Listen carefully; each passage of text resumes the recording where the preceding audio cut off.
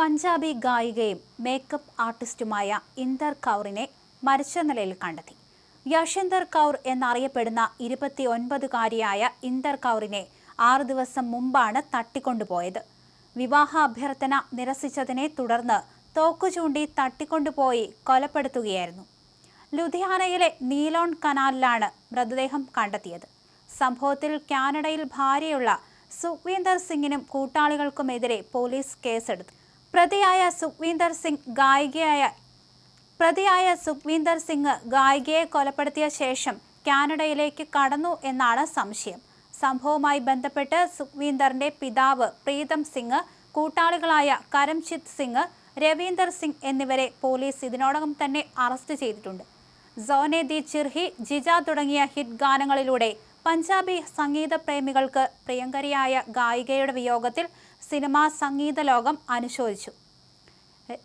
May 13 രാത്രി 8:30 തന്റെ സഹോദരി സാധനങ്ങൾ വാങ്ങാനായി കാറിൽ വീട്ടിൽ നിന്ന് പോയെന്നും എന്നാൽ തിരികെ എത്തിയില്ലെന്നുമാണ് ഗായികയുടെ സഹോദരൻ ജ്യോതിന്ദർ സിംഗിന്റെ മൊഴി. മൊബൈലിൽ വിളിച്ചു നോക്കിയെങ്കിലും അത് സ്വിച്ച് ഓഫ് ചെയ്ത നിലയിലായിരുന്നു. തുടർന്ന് കുടുംബം നടത്തിയ അന്വേഷണത്തിലാണ് കിഡ്നാപ്പ് ചെയ്യപ്പെട്ടതായി അറിയുന്നത്. മുണ്ട്യൻ കലൻ പ്രദേശത്തെ GDP നഗറിൽ വെച്ച് സുഖ്വീന്ദറും കൂട്ടാളികളും ചേർന്ന് തോക്കു ചൂണ്ടിയാണ് കൗറിനെ കിഡ്നാപ്പ് ചെയ്തത് എന്നാണ് വിവരം.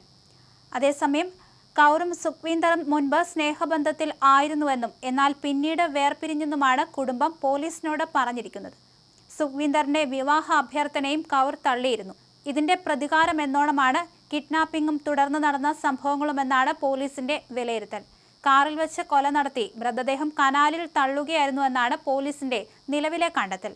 അതേസമയം പോലീസിന്റെ ഭാഗത്തു നിന്നുണ്ടായ വീഴ്ചയാണ് ഇന്ദറിന്റെ മരണത്തിന് കാരണമെന്ന് കുടുംബം പറഞ്ഞു.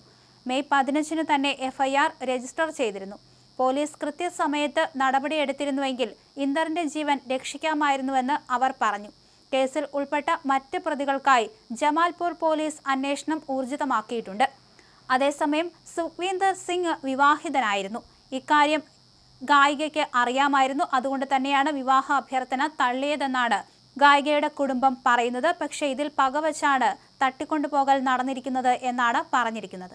ഗായികയെ കണ്ടെത്താനുള്ള അന്വേഷണം നടത്തുന്നതിനിടയിലാണ് ഇത്തരത്തിൽ മരിച്ച നിലയിൽ കണ്ടെത്തിയത്. മൃതദേഹം പോസ്റ്റ്മോർട്ടത്തിനായി കൊണ്ടുപോയിരിക്കുകയാണ്. അതേസമയം പ്രതിയെ കണ്ടെത്താനുള്ള തെരച്ചിൽ ആരംഭിച്ചിട്ടുണ്ട്. അതേസമയം ഇന്ദറിന്റെ ബന്ധുക്കളുടെയും മൊഴിയെടുക്കുന്നുണ്ട്. ഇവർ തമ്മിൽ സാമ്പത്തികപരമായ എന്തെങ്കിലും പ്രശ്നങ്ങളുണ്ടോ എന്ന കാര്യത്തിലും വിശദമായ അന്വേഷണം നടത്തി വരുന്നുണ്ട്. കൗറിനെ തട്ടിക്കൊണ്ടുപോകാൻ ദിവസങ്ങളോളം പ്ലാൻ ചെയ്തു എന്നാണ് ലഭ്യമാകുന്ന വിവരം. അതുകൊണ്ട് തന്നെ ഈ ഒരു സംഭവത്തിൽ സുഖ്വീന്ദർ സിംഗ് മാത്രമല്ല കൂട്ടാളികളും ഉണ്ട് എന്നാണ് പറയപ്പെടുന്നത്.